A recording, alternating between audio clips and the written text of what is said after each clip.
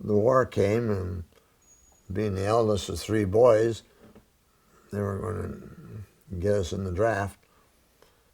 And so I had actually started teaching in the one-room school for the superintendent. And about halfway through the year, it looked like the Army was getting close to me.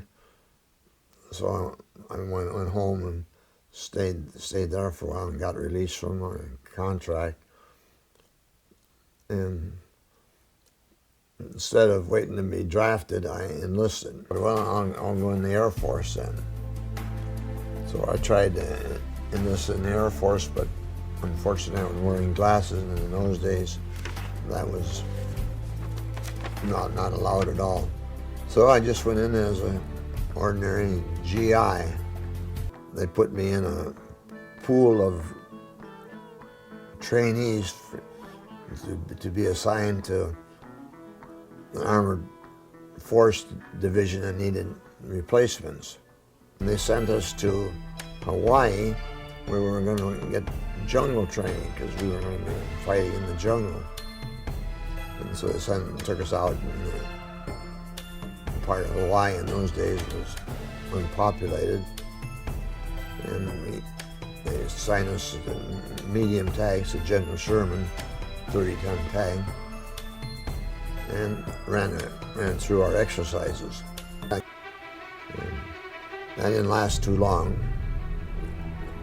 They soon assigned us to our first combat duty, which was Guam.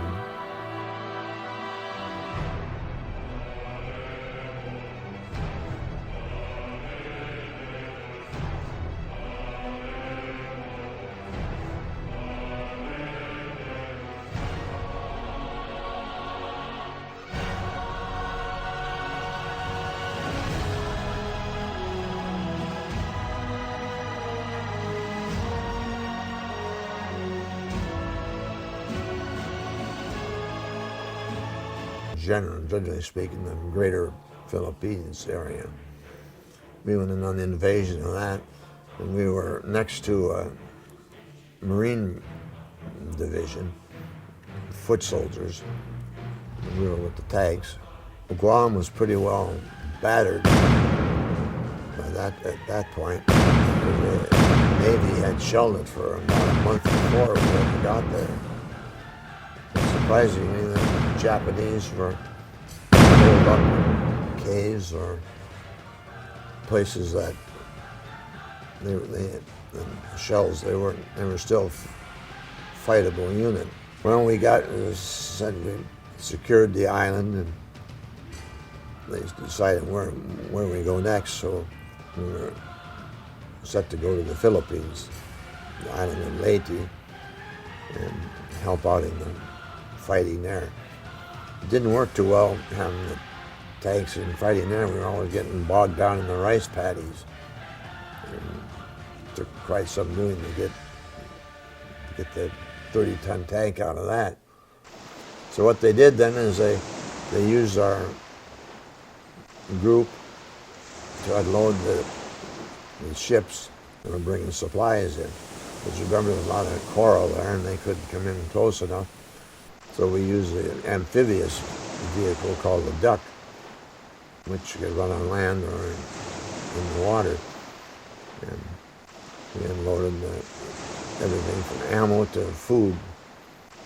In fact, I remember one experience. We were hauling live ammo. So planes started coming down, fighter planes started coming down the beach, and somebody said, "What's that?" "Oh, that's just one of some of our planes."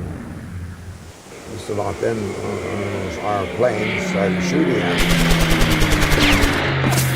The driver got so frightened that he jumped out of the Duck and let the thing still running. We were on a load of live ammunition going down the beach. Well, fortunately, we ran in the ditch or got stopped. And nothing happened.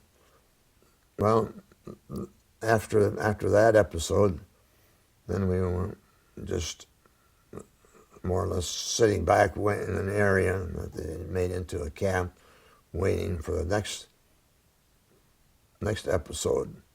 We got it in on the invasion of Okinawa and saw the kamikaze pilots diving, knocking out the ships in the harbor. We were assigned to take the airfield on a little island of Aishima, just right next to Okinawa.